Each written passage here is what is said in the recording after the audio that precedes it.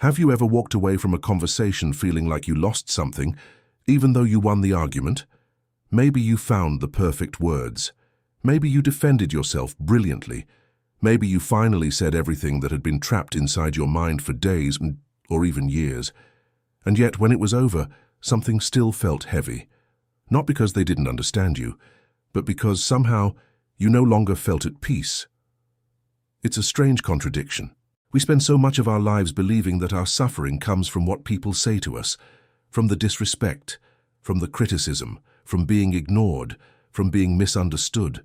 So naturally we believe the answer is to explain ourselves better, to defend our intentions, to prove our value, to make sure no one walks away with the wrong idea about who we are. But have you noticed something? The more you try to control what other people think, the more your own mind becomes impossible to control. Maybe that's where your exhaustion really comes from, not from life itself, but from the invisible war you've been fighting inside your own head, the endless conversations that never happened, the arguments you replay before going to sleep, the apologies you wish someone else would make, the words you wish you could take back, and the words you wish you had said. Little by little, your peace becomes dependent on people who may never understand you, and without realizing it, you've handed them something they never had the right to possess. Your inner freedom. What if I told you that the strongest people in the world aren't the ones who always know what to say? What if true strength has very little to do with speaking at all? What if every unnecessary explanation, every emotional reaction, every desperate attempt to be understood, quietly weakens the very thing you're trying to protect? Because real strength doesn't beg for recognition. It doesn't rush to defend itself. It doesn't panic when someone misunderstands its intentions. It remains steady. Not because life is easy, but because it has learned where real control begins. More than 2,000 years ago, the Stoic philosophers discovered something that feels almost revolutionary today. They realized that suffering is rarely created by events themselves. It is created by our desperate attempt to control what has never belonged to us. Other people's opinions, other people's choices, other people's approval, the future, the past, the outcome of every conversation. And while the world has changed beyond recognition, human nature hasn't. People still lose sleep over criticism, still replay conversations, still seek validation from strangers, still believe that peace can be found somewhere outside themselves. But it never has, and it never will. Because peace isn't something the world gives you. It's something you stop allowing the world to take away. This isn't a video about becoming cold. It isn't about suppressing emotions. It isn't about pretending that criticism doesn't hurt.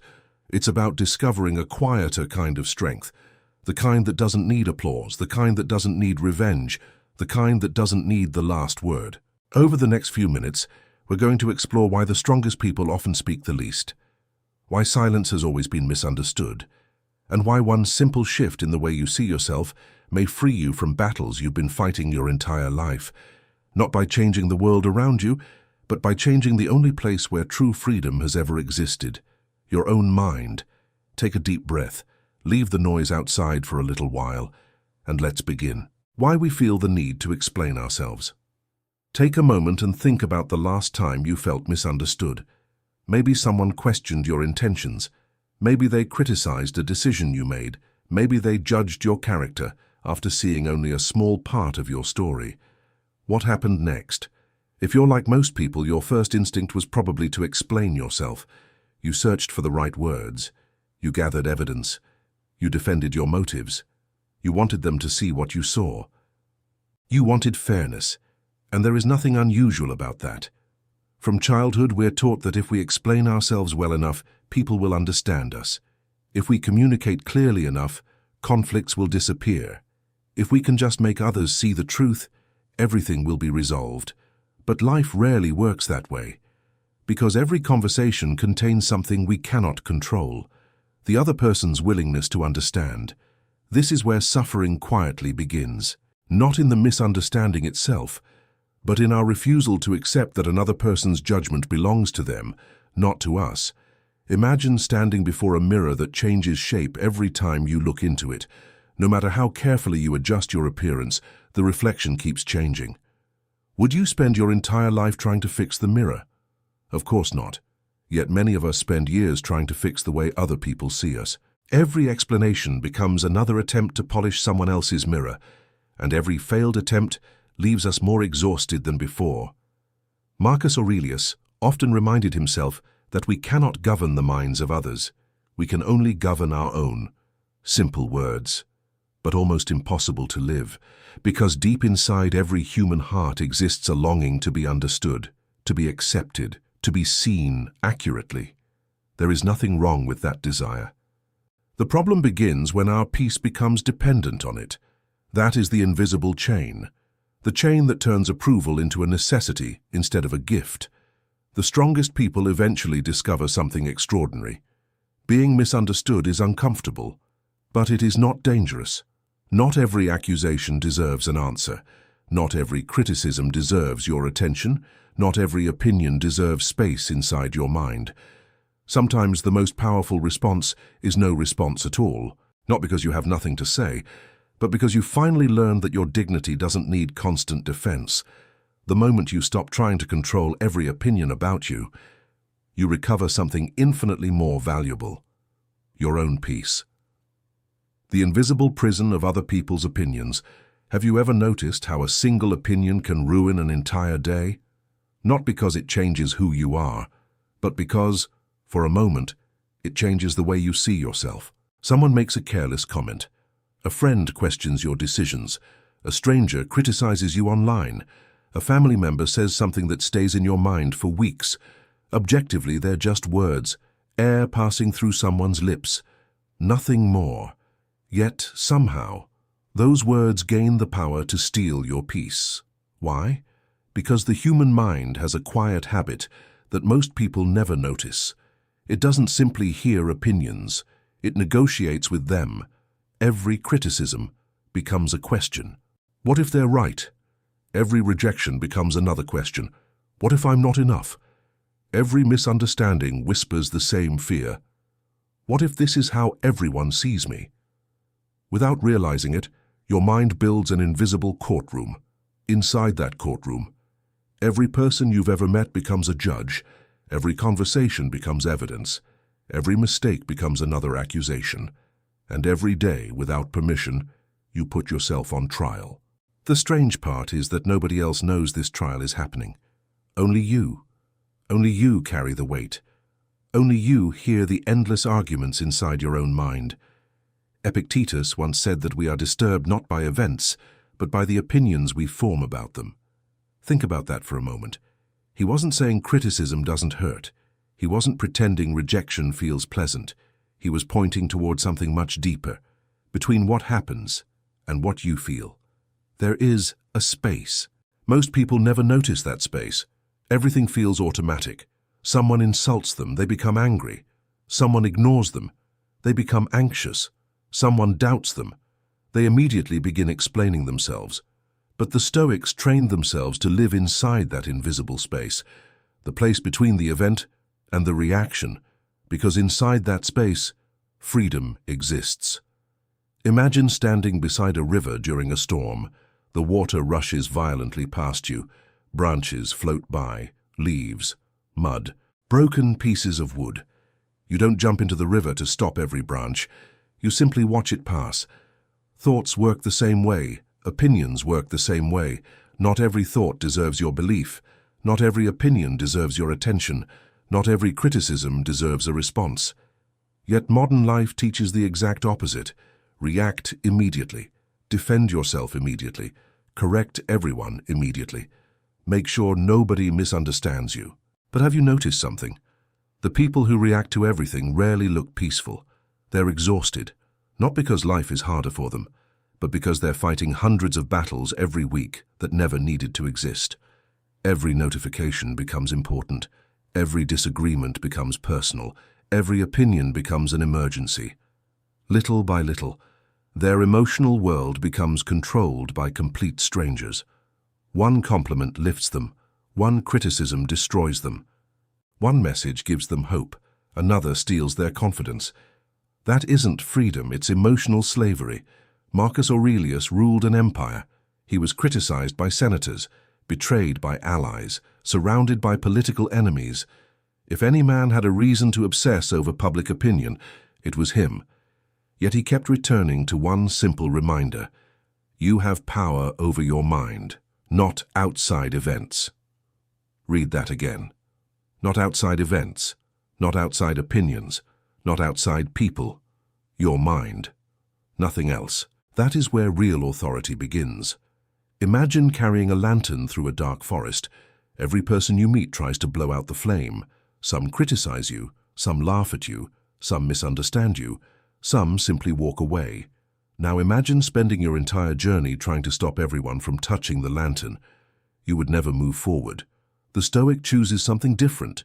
He protects the flame, not by controlling other people, but by keeping both hands around what actually belongs to him: his own mind, his own character, his own choices. There is a quiet kind of freedom that appears the day you stop asking, "What do they think about me?" and begin asking, "Did I act according to my values?" Those two questions create completely different lives. The first gives your peace to the world. The second brings it home. Perhaps you've spent years believing confidence comes from being admired. But maybe confidence has nothing to do with admiration. Maybe confidence is simply no longer needing permission to remain at peace. And if that's true, then the strongest people are not those who silence their critics. They are the ones who stop allowing criticism to become the voice inside their own heads. Because the prison was never built by other people's opinions. It was built the moment we believed they defined us. The Stoics discovered the key thousands of years ago. But understanding that key requires accepting one uncomfortable truth: there are things in this life that you will never control. And strangely enough, that realization is where real freedom begins. In the next chapter, we'll explore the Stoic principle that has transformed millions of lives for over 2,000 years. The simple idea that separates suffering from serenity. The dichotomy of control. The Stoic discovery that changes everything. Imagine waking up tomorrow with one impossible ability. You can control what every person thinks about you. No one will criticize you. No one will reject you. No one will misunderstand your intentions. Every conversation will go exactly the way you planned. Every opportunity will unfold exactly as you hoped. Every person you love will always stay. Nothing unexpected will ever happen again. At first, that sounds like the perfect life. No anxiety, no disappointment, no uncertainty. But think a little deeper. Would you truly feel free, or would you become a prisoner of maintaining that perfect world? The Stoics understood something that most people spend their entire lives resisting. Life was never meant to obey us. And perhaps that is why we suffer, not because life is difficult, but because we silently expect it to be different. Every morning we wake up carrying invisible expectations. We expect people to appreciate us. We expect fairness. We expect loyalty. We expect recognition. We expect certainty. And every time reality refuses to match our expectations, we call it suffering. Epictetus, once a slave, observed something extraordinary. He noticed that two people could experience the exact same event, yet leave with completely different emotional lives. One became bitter, the other became wiser. One became consumed by anger, the other remained peaceful. What made the difference? It wasn't intelligence. It wasn't wealth, it wasn't luck. It was where they placed their attention. Epictetus divided life into only two categories. There are things that belong to you, and there are things that never will. That's all. Simple, almost too simple. Yet within that simplicity lies one of the greatest discoveries in human history. Your thoughts belong to you, your choices belong to you, your character belongs to you, your values belong to you, the effort you put into today belongs to you. But another person's opinion does not. Their approval does not. Their love does not. The future does not. The past certainly does not. Think about how much of your emotional energy has been invested in things that were never yours to control. How many nights have you spent trying to rewrite conversations that already ended? How many mornings have you feared outcomes that never happened? How many hours have you sacrificed trying to make someone understand a truth they had already decided to reject? It's exhausting, because your mind is trying to hold water with closed hands. The tighter you squeeze, the faster it escapes. Imagine an archer preparing to release an arrow. He spends years mastering his technique. He studies the wind. He strengthens his body. He sharpens his focus. He breathes slowly. He releases the arrow perfectly. Everything until that moment belongs to him. But once the arrow leaves the bow, the wind belongs to nature. The target belongs to circumstance. The outcome no longer belongs to the archer. Would it make sense for him to run after the arrow through the air, trying to change its direction? Of course not. Yet that is exactly what we do with our lives. We release our effort, then spend weeks trying to control the result. The Stoics would smile gently at this, not because they lacked ambition, but because they understood the difference between commitment and attachment. Commit yourself completely to your actions. Detach yourself peacefully from the outcome. That single shift changes everything. Marcus Aurelius governed one of the largest empires in history. Imagine the number of things beyond his control: wars, plagues, political conspiracies, natural disasters, economic collapse, death, loss. Yet every morning he reminded himself of the same truth: you only control your own mind. Not because it made life easier, because it made life bearable, because once you stop carrying what never belonged to you, your shoulders become lighter. There is an unexpected peace that appears when you stop negotiating with reality. You stop asking, "Why did this happen to me?" and begin asking, "What is the best response available to me now?" One question traps you in the past. The other returns you to the present. That is where freedom lives, not yesterday, not tomorrow. Here, now, right where your next decision is waiting. Perhaps this is why the strongest people appear so calm, not because they know the future, not because life favors them, not because they never feel pain, but because they have learned to separate effort from outcome. They pour everything into what belongs to them, and quietly release everything that does not. Imagine carrying two bags every day. One contains your choices, the other contains the entire world. Most people try to carry both. Eventually, their backs give out. The Stoic simply sets one bag down, not because he doesn't care, because he finally understands it was never his to carry. And in that moment, life becomes lighter. Not easier, lighter. But there is still one question left. If we stop trying to control everything, doesn't that make us passive? Doesn't silence become weakness? Or is there another kind of strength hiding behind it, one that the world rarely notices? That is what we will discover next. Because silence, when chosen wisely, is not the absence of power. It is one of its highest expressions. Why silence is a form of inner power. There is a moment in every person's life when silence feels almost unbearable. Someone insults you. Someone questions your integrity. Someone accuses you of something that isn't true. Your heart begins to beat faster. Your breathing changes. Your mind immediately starts preparing its defense. You don't even notice it happening. The words begin forming before the other person has finished speaking, because somewhere deep inside us exists an ancient fear. The fear that silence looks like weakness. We've been taught that if we don't defend ourselves, people will think they're right. If we don't answer, they'll think they've won. If we don't explain, they'll misunderstand us forever. So we react immediately, not because we've chosen to, but because we've been emotionally programmed to. The Stoics saw this differently. To them, the first battle was never against another person. It was against the impulse within themselves. Marcus Aurelius reminded himself that no one could force him to lose his character without his permission. Think about how extraordinary that idea is. Someone can insult you, someone can betray you, someone can lie about you, someone can reject you, but none of them can make you abandon your own principles. Only you can do that. And yet, how often do we surrender our peace voluntarily? Someone raises their voice, we raise ours. Someone becomes angry, we become angry. Someone loses control, we lose control too. Without realizing it, we've allowed another person's emotional state to dictate our own. Who then is really in control?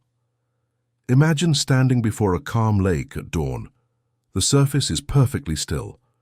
Now imagine someone throwing a stone into the water. The ripples spread in every direction. Most people spend their lives becoming those ripples. Every insult disturbs them. Every criticism moves them. Every opinion changes their emotional weather.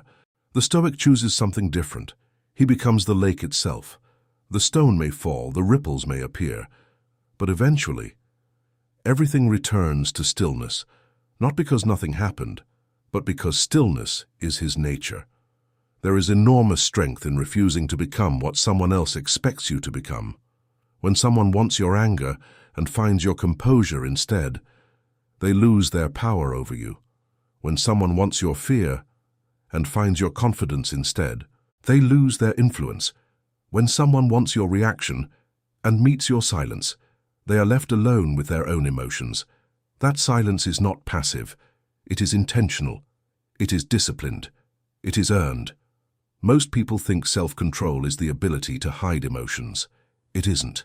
Self-control is the ability to feel everything, without allowing those feelings to become your master. There is a profound difference. The Stoics never denied emotion. Marcus Aurelius felt grief. Seneca experienced fear. Epictetus knew pain better than most men ever would. They were human, just like us. The difference was that they refused to let emotion become their ruler. Imagine a skilled captain sailing through a violent storm.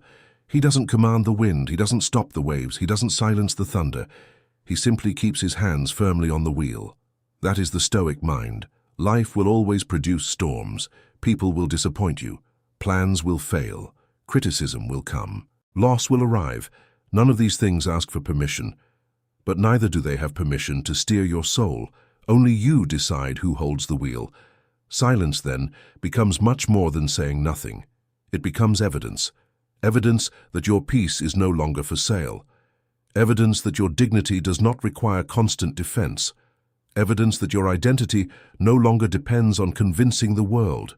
There is something almost unsettling about a person who remains calm while everyone else demands a reaction.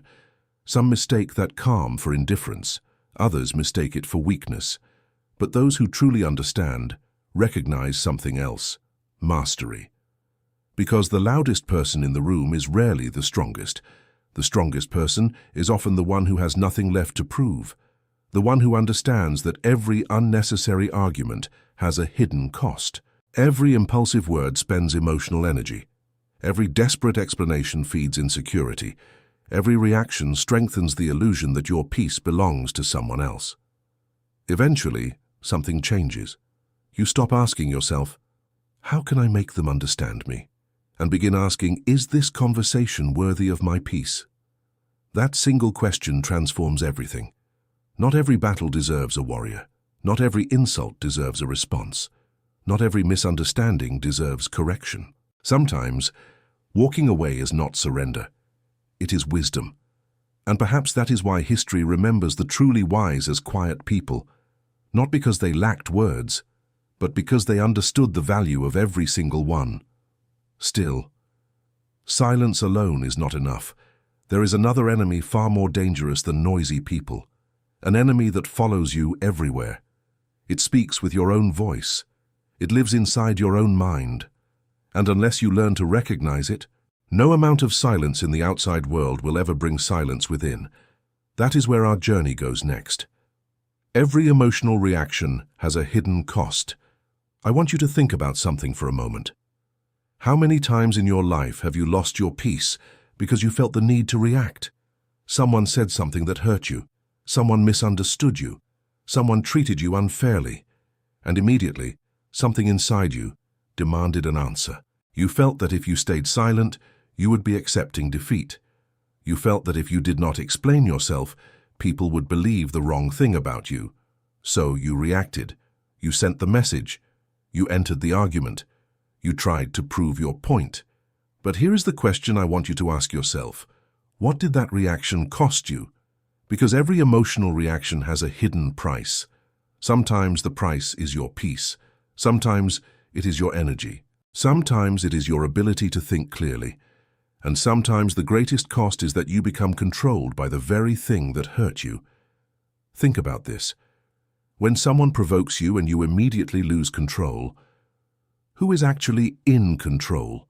You or the person who managed to change your emotional state.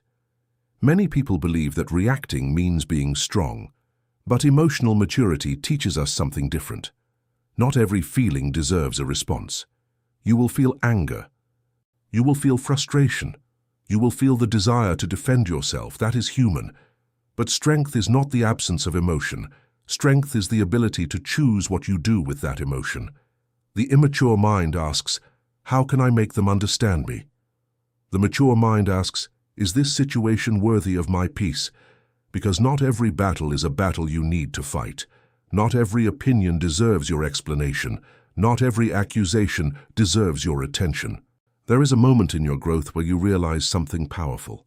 Your peace is more valuable than your need to be right. Your energy is more valuable than winning an argument. Your future is more valuable than proving yourself to someone who has already decided not to understand you. Today I want you to practice something. Before reacting, pause. Ask yourself, am I responding from wisdom or from a wound? Am I protecting my values or protecting my ego? Will this reaction bring me closer to the person I want to become? Because the strongest person in the room is not always the one who speaks the loudest. Sometimes it is the person who has enough control over themselves to remain calm. Remember, you cannot control every situation, but you can always control the person you become because of it. Sastam the day you stop fighting the uncontrollable. One of the biggest reasons people suffer is because they spend their lives fighting a battle they can never win. They try to control people. They try to control outcomes. They try to control the past. They try to control a future that has not arrived, and slowly they become exhausted, because the human mind was never designed to carry the weight of everything. I want you to understand something. Freedom begins when you learn the difference between what belongs to you and what never belonged to you in the first place. Your choices belong to you.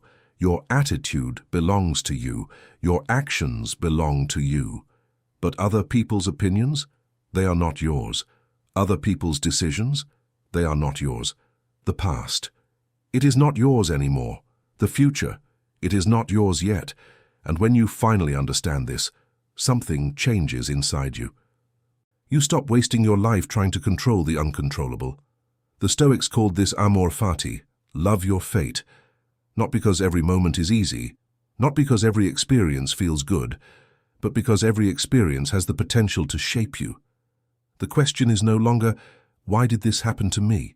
The question becomes, what can this teach me? What strength can this create inside me? What wisdom can I gain from this moment? The person who refuses reality suffers twice. First from the event itself, then from the endless resistance against it. But the person who accepts reality gains power, because acceptance is not weakness. Acceptance is the moment you stop fighting what already is and start creating what can be. You cannot command the ocean, but you can learn how to navigate. You cannot control every storm, but you can strengthen your ship. And that is where true freedom begins, becoming the person who no longer needs to be understood. There is a powerful moment in personal growth when you stop trying to convince everyone about who you are. Because one of the most exhausting things you can do is spend your life trying to prove yourself, trying to explain your intentions, trying to make everyone see your heart, trying to correct every misunderstanding. But here is a truth you need to accept. Some people will misunderstand you even when you are sincere. Some people will judge you even when you are honest. And if your peace depends on changing their perception, you will never be free. The person who needs everyone to understand them is still searching for approval, but the person who understands themselves no longer needs permission to exist. Your value is not created by applause. Your identity is not created by acceptance. You were not meant to spend your entire life asking, do they approve of me? The deeper question is, am I becoming the person I was meant to become? There is a quiet confidence that appears when you stop performing for others. You become calmer. You become more intentional. You stop explaining yourself to people committed to misunderstanding you because your character speaks louder than your arguments. A tree does not stop growing because someone refuses to notice its growth. The sun does not stop shining because someone closes their eyes. And neither should you stop becoming who you are because someone fails to recognize your value. The quiet strength, that changes everything. After everything we have explored, I want you to understand one final lesson. The greatest transformation happens quietly. You do not wake up one day and suddenly become unshakable. You build yourself through thousands of small decisions. The moment you choose patience instead of anger, the moment you choose acceptance instead of resistance, the moment you choose peace instead of proving yourself, that is where your transformation begins. A strong person is not someone who controls everything around them. A strong person is someone who has learned to control themselves. They still experience pain. They still face disappointment. They still encounter difficult people, but they no longer allow external circumstances to steal their inner stability. Their silence is not weakness. Their silence is wisdom. Because they have learned, not everything requires a reaction. Not everything deserves their energy. Not every battle deserves their attention. Maybe today you need to ask yourself, what am I carrying that I was never meant to carry? What battles am I fighting only because my ego refuses to let go? What peace am I sacrificing trying to be understood by people who may never understand? The greatest freedom you will ever experience is when you stop being controlled by everything outside of you, when you return to yourself, when you become the person who can stand calmly in the middle of chaos. Because at the end of this journey, the greatest victory is not changing the world around you. The greatest victory is mastering yourself. And when you master yourself, you discover a strength that nobody can take away from you.